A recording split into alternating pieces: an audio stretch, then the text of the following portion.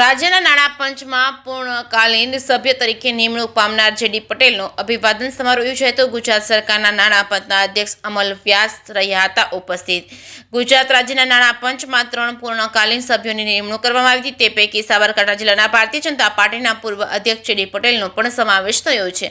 ત્યારે આજે Himmatnagar town hall ખાતે જે.ડી. પટેલનો અભિવાદન સમારોહ યોજાયો હતો। ગુજરાત સરકારના નાણાં પંચના અધ્યક્ષ અમલભાઈ વ્યાસની અધ્યક્ષતામાં યોજાયેલા કાર્યક્રમમાં સાબરકાંઠા જિલ્લાના ભારતીય જનતા પાર્ટીના કાર્યકર્તાઓ, ધારાસભ્ય તેમજ પૂર્વ ધારાસભ્ય સહિત સંગઠનના હોદ્દેદારો હાજર રહ્યા હતા। તદુપરાંત કાર્યક્રમમાં સાબરકાંઠા જિલ્લાના અલગ અલગ સમાજના અગ્રણીઓ પણ જોડાયા હતા। નાણાં પંચમાં પૂર્વકાલીન સભ્ય તરીકે નિમણૂક પામનાર જે.ડી. પટેલને શુભેચ્છા આપી અને નાણાં પંચના અધ્યક્ષ અમલ વ્યાસે જણાવ્યું હતું કે જે.ડી. પટેલે નગરપાલિકા અને ભાજપ પ્રમુખ તરીકે કરેલ કામગીરીને લઈને તેનો અનુભવના આધારે અમે જે રિપોર્ટ આપીશું તેમાં પણ એમનો અનુભવ કામ લાગશે।